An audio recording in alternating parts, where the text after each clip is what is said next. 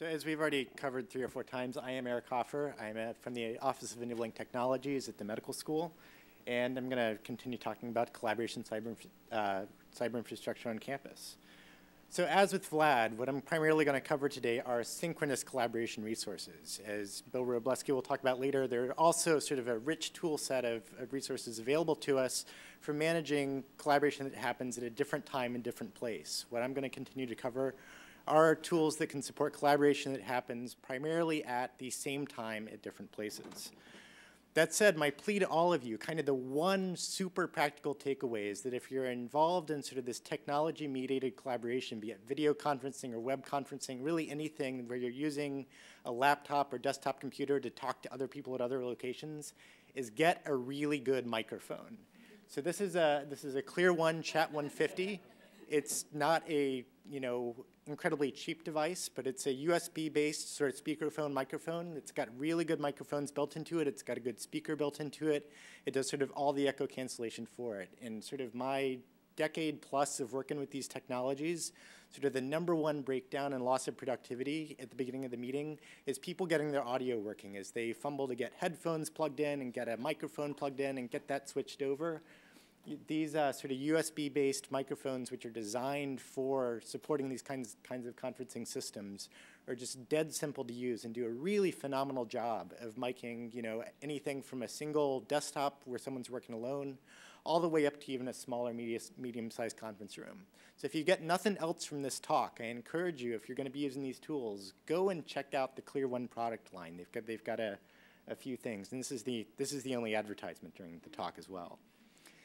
So as Vlad mentioned with Sabra Centra, that's only sort of one instance of these web conferencing technologies. The medical school, we've been using Adobe Connect for about 5 years now.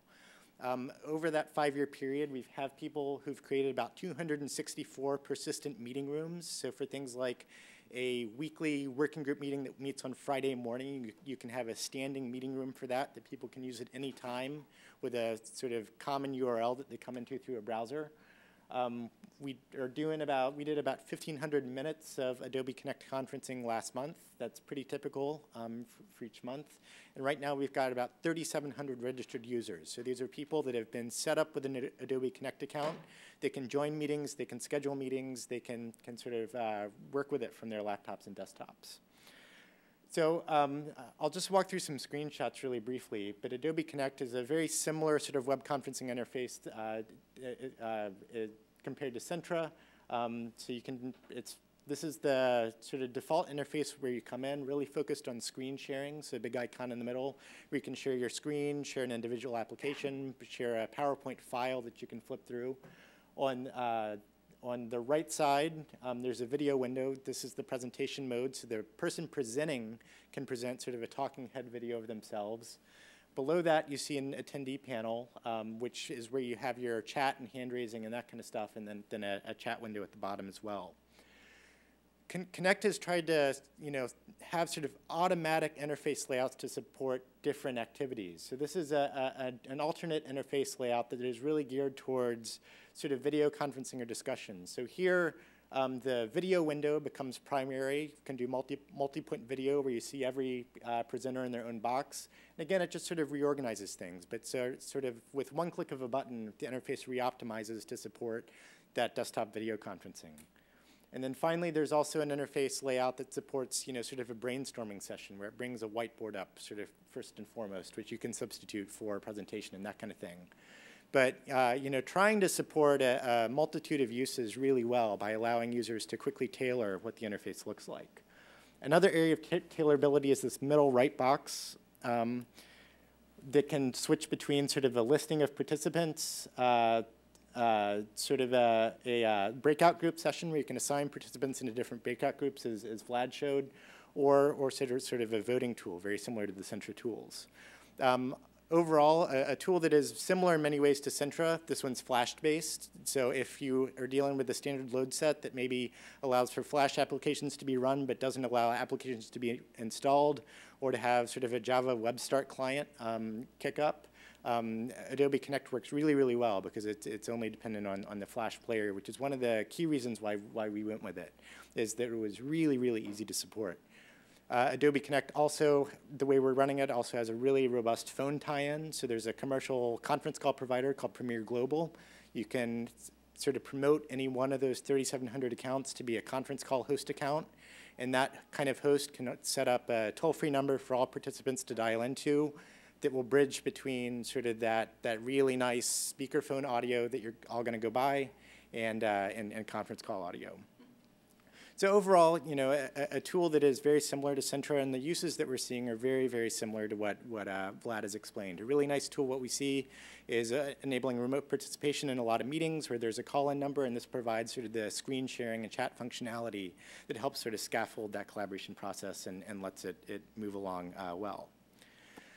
One place where Adobe Connect has really fallen short for us, and a lot of these web conferencing tools fall short, is when you're trying to connect meeting rooms together. So these tools are really, really good when you have individuals connecting with other people sort of behind individual workstations. But when you're trying to get a bunch of people together, it often fails a little bit. And it's because there are assumptions built in that you're using sort of a computer microphone and a computer camera, and sort of what you're left with a lot of these web conferencing technologies is putting a laptop kind of at the far end of the table, and you sort of hope people can squeeze into the picture, and you hope the audio is good enough and that kind of thing.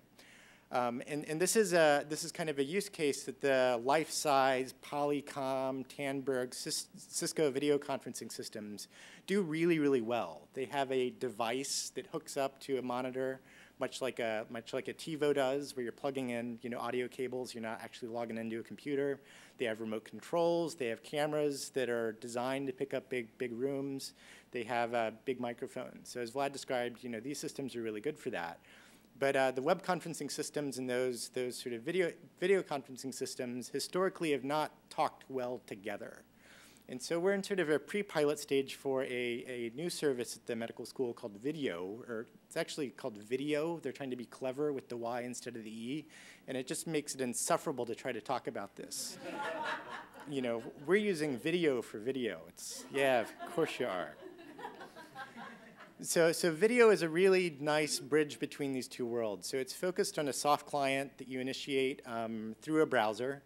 It's a similar sort of per active seat model as all of the web conferencing technologies, but it has a really robust bridge capability to connect out to the room-based video conferencing unit. So it's a really nice way to bring together sort of individual people coming in from home, elsewhere on campus because we have a giant campus, hotels while they're traveling, that kind of thing, and to bring them into rooms that are well equipped with video conferencing technologies. So I'll walk you through the interface a little bit. So this is actually a web page that you log into. It drops you into sort of this portal environment. So again, it's sort of a room-based metaphor where an individual user can have a number of rooms set up, and they can also directly dial out to the IP address of a video conferencing endpoint. And then you get a video conferencing experience that is very much like a life-size or a Polycom or a Tandberg. Not necessarily HD resolution, but again, the focus is really on video with sort of maybe a little bit subpar content sharing. What's really nice about this compared to the life-size and the Polycom soft clients that you can get for your laptop is that this will gateway into those standards-based video conferencing devices, but it's not, but sort of internally, it's not using those common video conference standards. That may sound like a bad thing, but where it's really good is when you have people traveling in places like hotels, which have interesting and unpredictable firewall and traffic shaping policies on their network, often multiple layers of NATs, just nastiness when it comes to the network layer. So what video does really well is tunnels that traffic through port 80 in some cases, depending on how you set it up and what you're using, how you're using encryption. But it does a really, really amazing job of tunneling through NATs and firewalls and challenging network environments that the soft clients and even sort of the portable life-size units just don't do. So as I said, we'll have more to report on this in future years and at future events here at U of M. We're really in the pre-pilot stage. The vendor's actually on site today training some of our staff on how to use it. So this is a service that has just gone in the rack in the past week, but it's something that's pretty exciting for us to look forward to. So Vlad already gave a really good overview of sort of the life-size units and the way they work, and showed what's probably the dominant use of that technology, which is a conference room setup. I want to highlight that when I was at the School of Information and continuing into the medical school, We've also used these sort of commodity technologies to do very grand and telepresence-like things. So this is a program I'm involved in called the Virtual School of Computational Science and Engineering, which is a National Science Foundation program led by Sharon Glotzer here from U of M. I serve as the technical director, and every summer we run a number of summer schools that train students who are probably are some of your students in techniques for computational science. And instead of getting everybody together at like NCSA or SDSC, we use video conferencing so that we can get, instead of like 1 or 2 people from U of M going to a summer school, we can get 20 or 30 or 40 people every summer from U of M to build a real local cohort and build some expertise. And so we're using video conferencing to sort of link together these satellite sites. And we didn't want to do sort of the conference room thing. The conference room where you've got a plasma display is really good for meetings up to about 2 hours in duration. After that, it gets really fatiguing and it's tough to stay engaged. So a couple years ago, we sort of overhauled our design to do something really large scale in cooperation with the staff at the Digital Media Commons, which is part of the University Library. So this is the video studio that's up in the Duderstadt Center, and we used a couple of life-size units alongside a web conferencing tool to create sort of this really immersive e-learning theater that sort of let our 40 students come together and have a really rich, immersive, instructive experience. And in the sort of post-summer school surveys, what we heard from time and time again from the sites that did the big immersive thing is that their students thought it was great. They didn't report feeling at any sort of disadvantage at not being co-located with the speaker. They're able to ask questions, they're able to see things really clearly. We ran the lighting really well so that it was sort of a novel and engaging experience.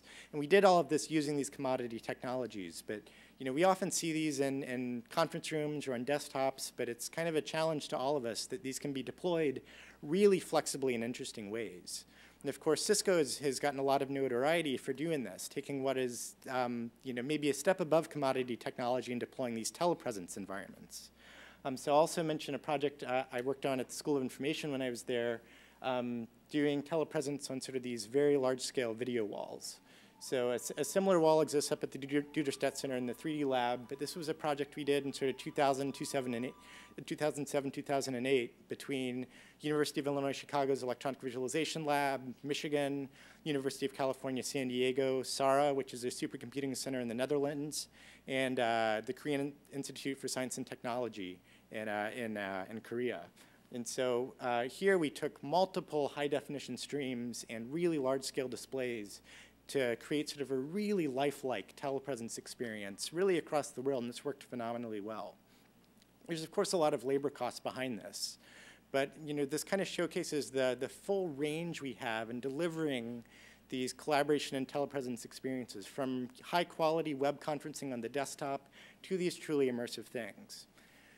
And so this is all an interesting opportunity space, but if you're involved in sort of national scale collaborations or international scale collaborations, you're probably familiar with another telepresence technology which is much more dominant than any of these, which is Boeing telepresence. Air travel remains really a dominant collaboration tool nationwide and worldwide. Of course, we've got a big physical plant, but we don't actually need Boeing telepresence. So we do have a lighter weight version here on campus called PTS telepresence, so parking and transportation services. To get the highest quality experience, you really want to get a business hang tag. But this is really kind of a problem that we're relying very heavily on these physical transportation strategies to do our telepresence and our collaboration. The reason this is problematic is that we incur a lot of costs in doing this. There are, of course, big sustainability costs in burning jet fuel and burning gasoline and circling the parking structure. And if you're on the medical campus like I am, it usually involves a trip from the Catherine Street parking structure to the Glen parking structure. And we always end up at Palmer Commons because there's parking here and none on that medical school hill. There are big economic costs, of course. The fuel costs money, air travel costs money, hotels cost money. It costs a lot of money to rely on physical transportation as a collaboration strategy. And then, of course, there's the productivity cost as well. So if you go in and look at U of M's environmental reports, the university actually reports really interesting figures on sort of its use of things like transportation. So in 2009, there were 6 million passenger trips on the U of M bus system. And they also have the energy expenditure, which you can use to figure out sort of the distance of those trips. And from there, you can figure out that each of those 6 million trips, on average, took about 20 minutes. So as a university, just riding the Blue Bus, we are burning about 2 million person hours a year across our faculty, staff, and students. That doesn't pick up fleet vehicles, it doesn't pick up personal vehicles, it doesn't pick up airline mileage, but there is a massive productivity cost from relying on this stuff. So I want to talk just a couple minutes about the sustainability stuff because that has gotten a lot of notoriety lately. So the scientific consensus is we need to hit a target of 450 parts per million of carbon dioxide. Going to be really, really hard to hit given our current sort of humanity's energy consumption of 11.5 terawatts. So if you plugged all of humanity into a rack, this is the size of the power supply you need for a rack, which is really, really massive. This, of course, has led to a lot of work in green IT to better understand and reduce the energy consumption of servers. And current green IT work has shown some really promising potential in sort of energy consumption, but it's brought up some questions. So Bill St. Arnaud, formerly of Canary, has raised this question of what about Jevons paradox, which states that improvements in efficiency can actually lead to greater consumption of resources, because as things get cheaper, people consume more of them. And so, in working with Tom Finholt from the School of Information, one of the opportunities we identified in order to realize if this is really a problem, this Jevons paradox thing, is that we need to understand demand more. And so we have some recent funding from the National Science Foundation, not to look at green IT, not to look at green information technology, but to look at green social computing. So we're at the beginning of a 2-year project to start to measure and model and take a look at how people maintain, what technologies people use to maintain their social networks. So if Vlad and I are friends, how much are we relying on car fuel, jet fuel, Centra, Connect, cell phones, email, Facebook, and what are the energy costs associated with each of those? We think that that's going to give us much better demand models that can inform green IT. It can also let us optimize things to lower energy consumption, or to be much more adaptive. So does anybody know what this is a picture of? Can anyone pronounce it? I can't pronounce it, so I'll describe it. So this is the volcano in Iceland that disrupted air travel for a number of weeks in the summer of 2010.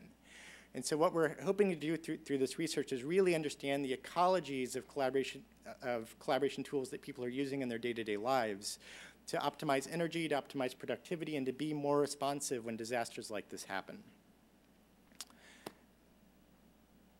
And thank you.